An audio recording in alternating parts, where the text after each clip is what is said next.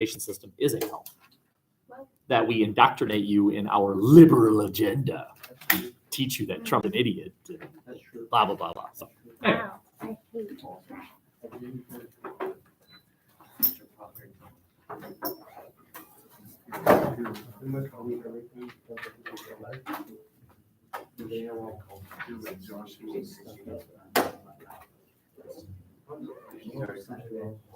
Is there anyone in here who did not sign up for a topic and as a result needs to do so?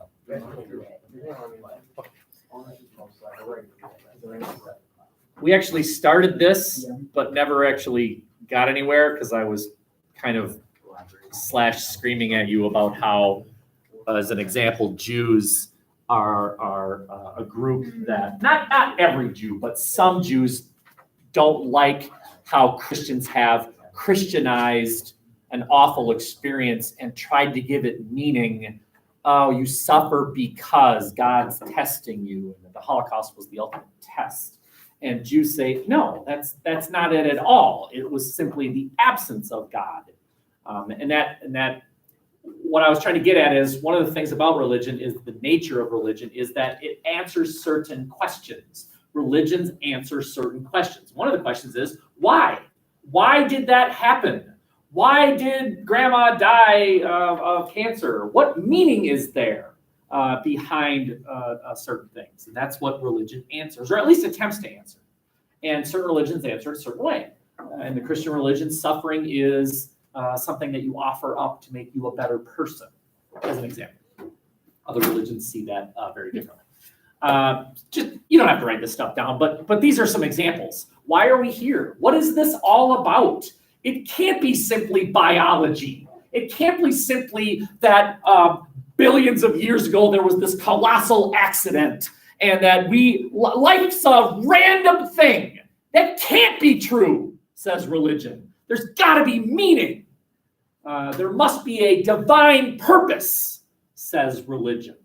Whereas science would say, no, it was just a really big explosion, and here we are. And religion attempts to answer that differently. You know, what happens after we die? Science can't answer that question. It can't, because you're now in another realm. If I were to survey those you out here, some of you, I think, would have very strong beliefs about exactly what happens after you die. And how do you know? It's not science that informs you about what happens after you die. It's your religious beliefs. See, religion answers those questions. You go here, and in some religions, you're born as a cow. And in other religions, you're either rewarded or punished. And for Catholics, there's a place where you sort of sit for a while, purgatory or what do they call it? The place where unbaptized babies go. They don't really teach it anymore. What is that called? It was so important to baptize babies in the Middle Ages because if you didn't, and then they died, and 1/3 died, right? So if you didn't baptize them in time, they went to this place. And, people thought, well, how can babies burn in hell forever? They didn't do anything, but they have original sin on them, and baptism is supposed to clear them of that. So you can't really go to heaven. Where do they go? And so the Catholic Church invented this new place. And I can't remember what it was called. It's a nice place, but God's not there. But it's nice. There's a garden. Okay. What's the point of suffering? These are questions that religion tries to answer. And you look at some isms. These are various examples of isms that exist. And you're looking at the first one, mathism. That's not an ism. Yes, it is. Math is an example of a thing that tries to answer questions. And math, can you make an equation to answer these questions? Oh, why are we here? Well, let's see. You carry the E, you square it, and the answer is happy. You can't. Math does not answer those questions. Yes, dear. Have you read Hitchhiker's Guide to the Galaxy? Yes, I have. According to Hitchhiker's Guide to the Galaxy, the population of the universe is 0, which is my favorite part. Because there are an infinite number of planets, but there are a finite number of living beings. When you divide anything by an infinite number, it is undefined. So we aren't really here. So you think you're here, but you're not, right? According to Hitchhiker's Guide to the Galaxy, the possibility exists. Think about this. The possibility exists that I am the only living creature in the universe, and you are all a figment of my imagination. And that God's toying with me. See, I'm actually just a brain in a bowl of like jelly. And right now, God's poking me with certain prods so that I think that she's real. Because the only way you know anything is real is through your senses. Well, your senses tell your brain things are true by, sending electric shock waves. So right now, none of you are real. So I'm going to go get my shotgun. Why did I go there? Why? Why did I do that? I didn't have to go so dark. Why did I do that? Okay, anyway. Other isms that try and answer these questions. Atheism is the belief there is no God. Atheism cannot answer these questions. No, I take that back. Atheism does answer these questions. Why are we here? Because biology. That's why. What is life's purpose? I don't know. I want to make money. All right, okay. Atheism answers these questions, but not in a metaphysical way. Communism is an economic system. It doesn't answer these questions. History doesn't answer these questions. What answers these questions is religion. Religion is the answer to a different set of questions. This is a map which basically shows, if you break down the world, what percent of the world affiliates with certain well-organized religions, or the term I'm going to use is, and by the way, get used to these terms. You're going to hear the word cult, you're going to hear the word sect, you're going to hear the word denomination, and you're going to hear the word ecclesia. They're 4 different things. Ecclesia is the official religion of a certain area. You have to be that religion. Very common in Europe in the Middle Ages. You had to be Catholic, or in the Middle East, you have to be Muslim. Those are ecclesias, official religions. Denominations are well-organized old religions, right? If there's a building and the building is old, that's a denomination. So in Somerset, we've got a denomination, right? The Catholic Church, right? A sect is a small religion that's pretty young, but they're not necessarily weird, right? They're just a small, young religion. If they meet in the basement of someone's house, it's a sect, right? A cult is where they've reached certain conclusions where people say, weird. A cult is a sect that's gone off the deep end. Usually badly. It usually ends badly. Okay, we'll talk about cults. So anyway, where are you? Who are you? The largest single group are Muslims. But if you want to throw a group together, you'll notice that the piece of pie called Catholics, but there's another piece of pie called Protestants, and another piece of pie called Orthodox Christians, and another piece of pie called other Christians. You could group these all together because they're all Christian. All Lutherans and Protestants and Anglicans and Roman Catholics, they're all Christian. They all believe Jesus, right, is the way. So if you want to group them together, then Christian becomes the largest single one. The fastest growing religion are these people called agnostics. Agnostics are people, when you ask these questions, their answer is, I don't know. I don't know. Which is different from the atheist answer, which is nothing. What happens after you die? A cow eats you. That's what happens, because you rot, and then your rot goes into the soil and becomes a dandelion, and a cow walks by and says, lunch. That's what happens. And then they crap you out and a bird eats you, and then you become a worm. That's what happens. An agnostic answers that question with, I don't know. I don't know. Right? Now, does an agnostic acknowledge the possibility that something happens after you die? Yeah. And does the agnostic acknowledge that nothing happens after you die? Uh-huh. They moved on. They say, we can't possibly know, so why worry about it? We can't possibly know. So I'm going to go eat lunch now.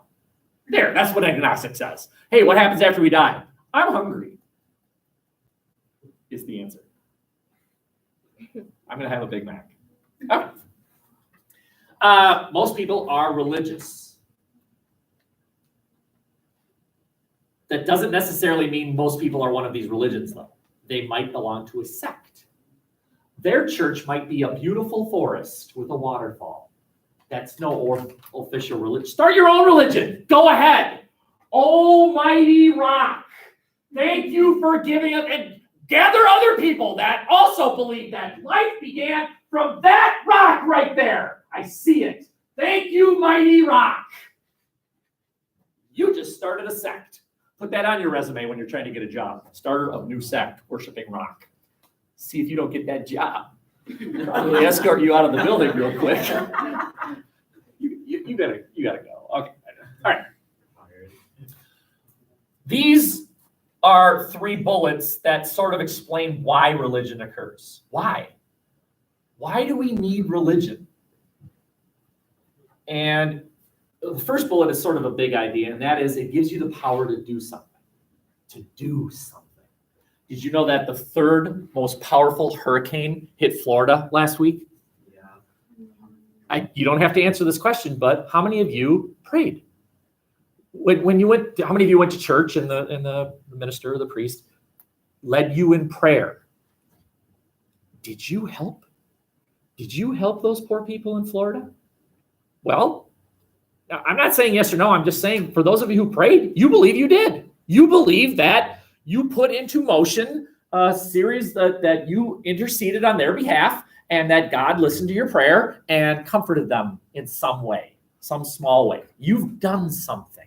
It gives you the power to do something, right? There's that awful story, the 13-year-old barren girl. How awful is that, right? And I guarantee in churches across the country, people are praying for that girl, right? It gives people this belief, I'm gonna help. I'm gonna send my thoughts and prayers, okay? It forces you to see the big picture. What is this all about? Is it about the big house and the boat and the car and the money? There's got to be something more. There must be something more important. It's the big picture argument. Okay? And then it gives meaning. It gives meaning. Why do we die? Well, so that you can go to heaven, right? Why do we suffer? Well, God's testing you. Right? He's giving you a little test. He's giving you your cross. These are answers that religion provides. It gives you meaning. Okay? It gives hope. Right? Okay. Big ideas here. Any questions? Okay. Again, all of this is on the website, so you can take your little phone and take a picture of it. So I'm not even sure what I would test you here. Okay. Let's look at the second slide here, and that's this thing called purpose of religion. We're going to look at each of these individually. Anyone know what we're looking at here? What is this?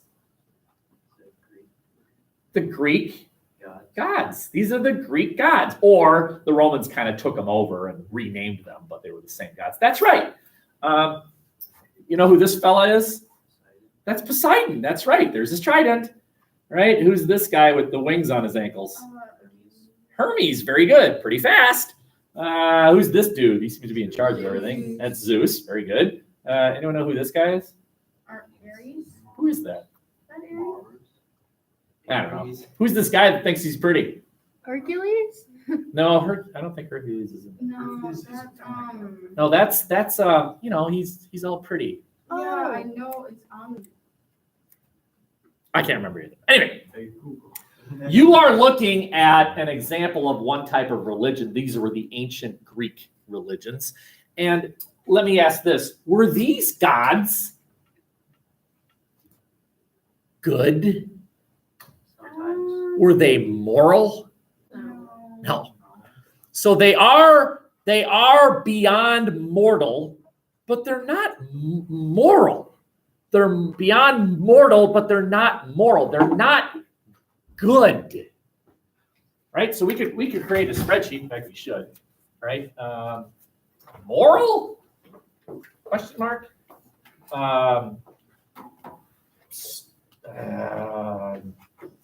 What?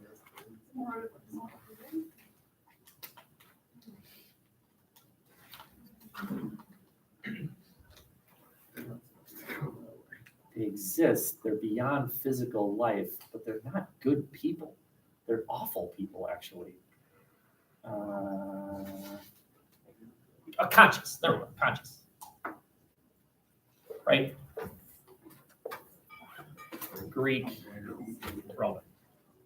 This is a good little spreadsheet for you to make. Right? The Greek and Roman gods, I mean, Zeus, when he got bored, he raped an earth girl and she had Hercules.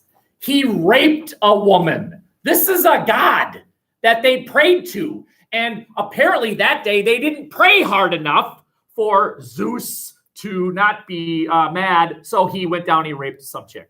Okay? And after that, they really prayed to him so that their crops would be more plentiful. Right? These were awful, sometimes awful gods. But they did exist. They had brain. They had minds. You could communicate with them. There was a consciousness there. So Greek and Roman, moral? Nope. But they were conscious. As opposed to, what are we looking at here? The yin yang. Very good. Of what can you delve a little bit into what is yin and yang? It's like, so one's the good, and one's the bad, and one's the good and the bad, and the other is the bad and the good. Very good. So white means good, black means bad, and in every good person there's a little bad, and in every bad person there's a little good, right? So there's hope for all of you. Okay. This is the representation of what? I mean, where would I go to see a lot of yin yang people? Where am I? Very good. Okay, Asia, right? These are your Eastern religions.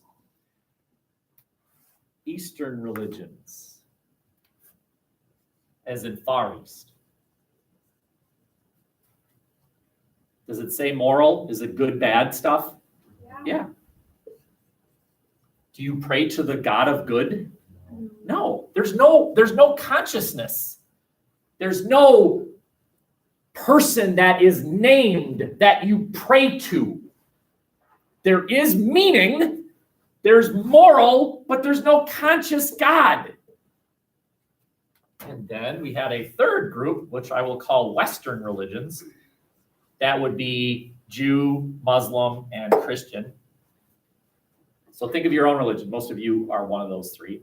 Most of you are agnostic, but you were probably baptized. Most of you are probably Christian in some way, right? So are you taught right from wrong in your religion? Yeah. Yep. Is there a conscious God you pray to? Yep.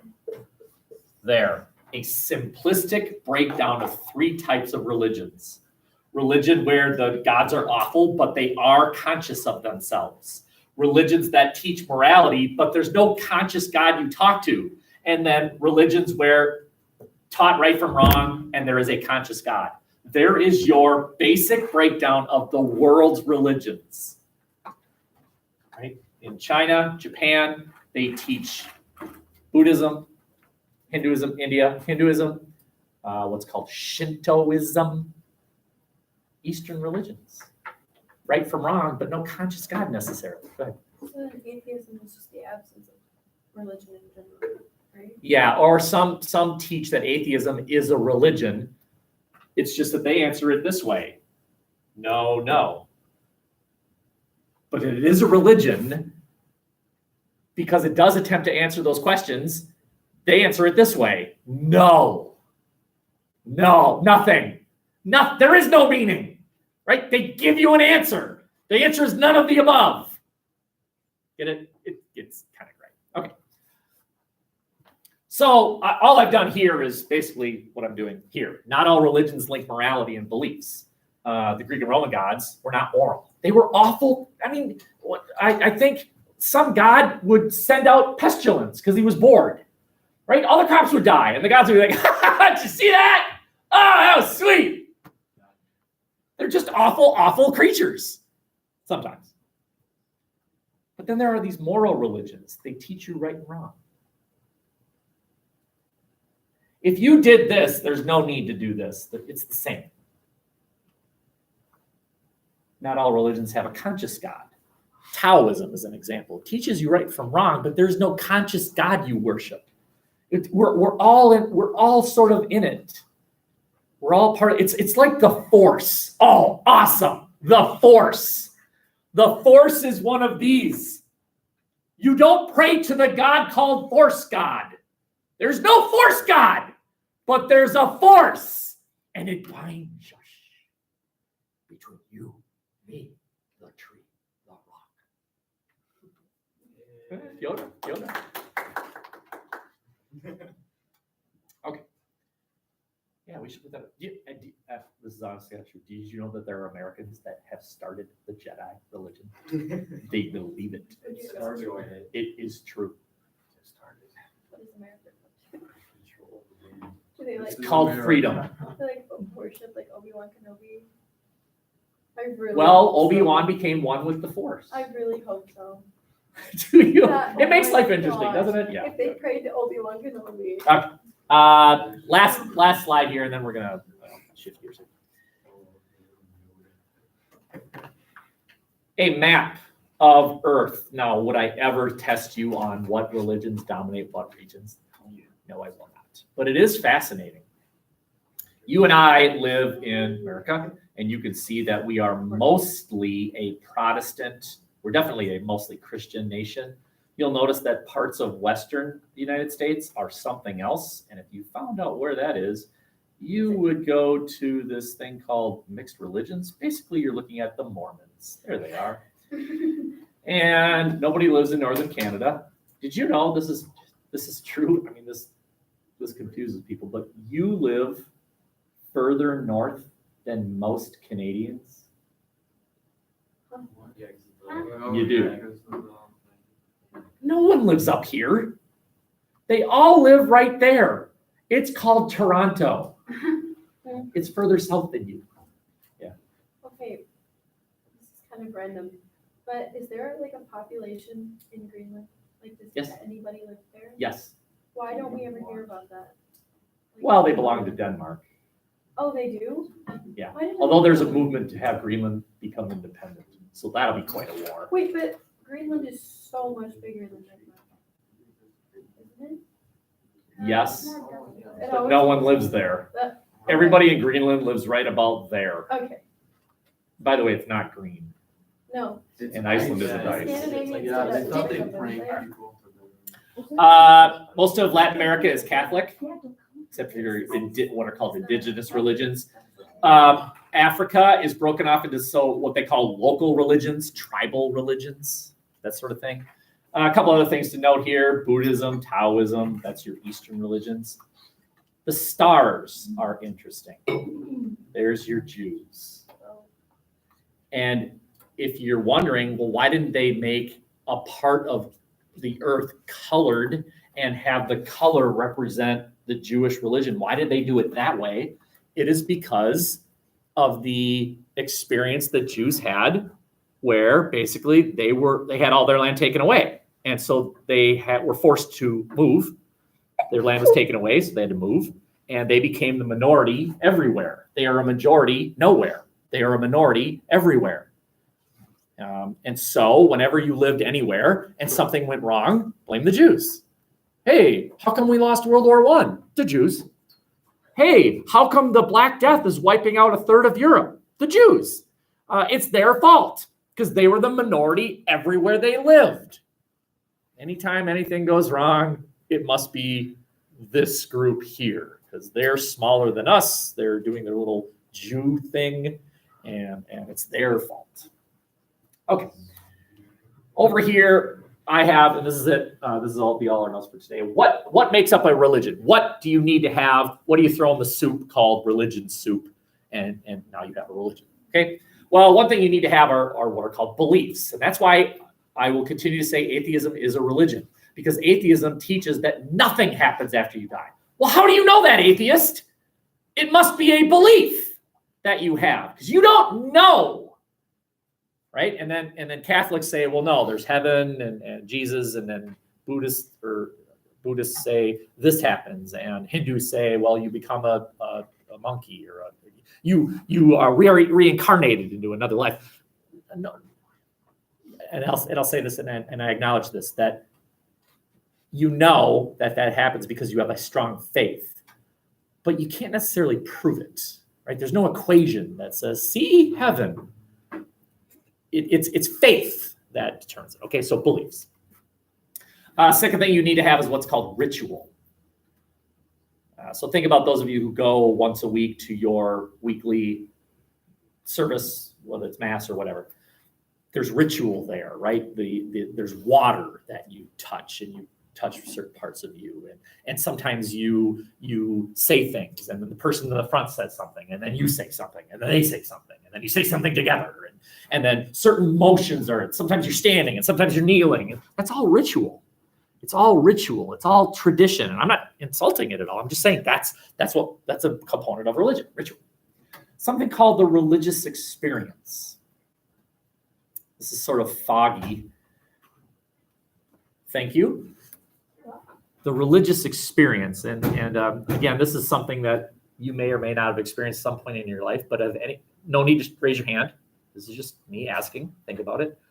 Have any of you ever experienced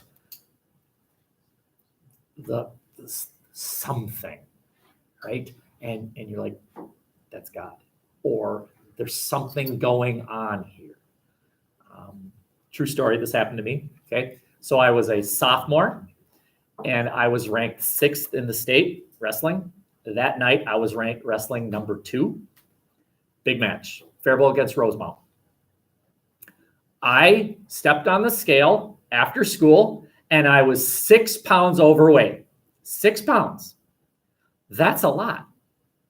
Now, back then, there were different rules about what you could do to lose weight. You can't do these things now, but I put on my rubber suit, gloves, duct taped the gloves to the rubber suit, hat, shoes, ran to the YMCA. That was a couple miles. Stripped down, got in the pool, swam down and back, put back on the disgusting rubber suit, hat, gloves, duct tape, went into the sauna, jogged in place for a half hour, got out into the pool to refresh myself, put back on the disgusting rubber suit, and all the time I'm like, I'm never going to make it. On the bus ride to the away, because it was an away match, I prayed.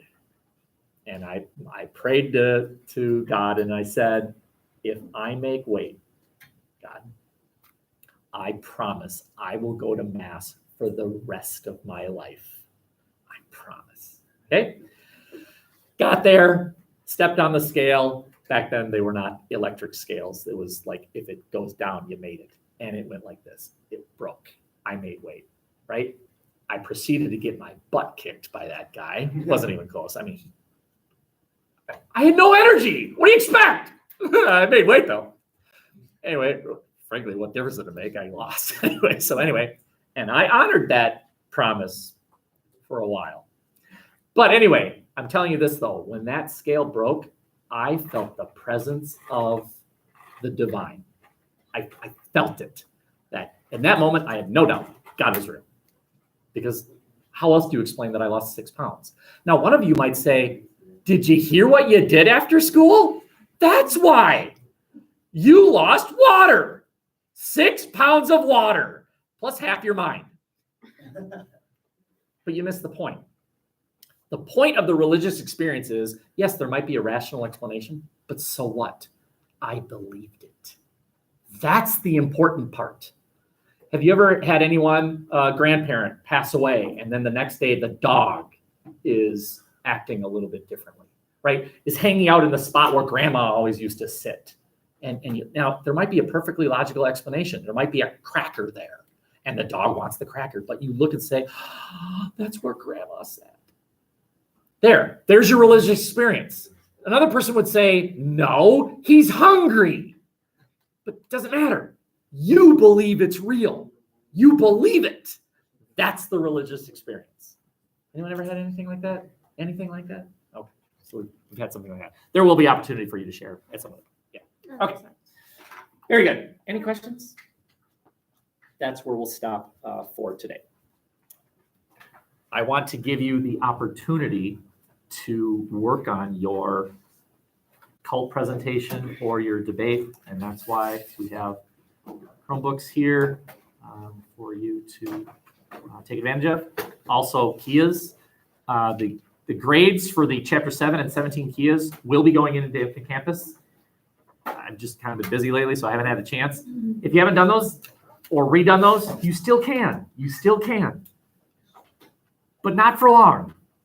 Okay, so I'll give you today, even though it was actually due yesterday. But I'll give you today, okay? Under God paper, that's a thing that some of you haven't turned in yet. So that's a thing, right? Chapter 15 Kia, which is the new Kia. That's a thing. Okay?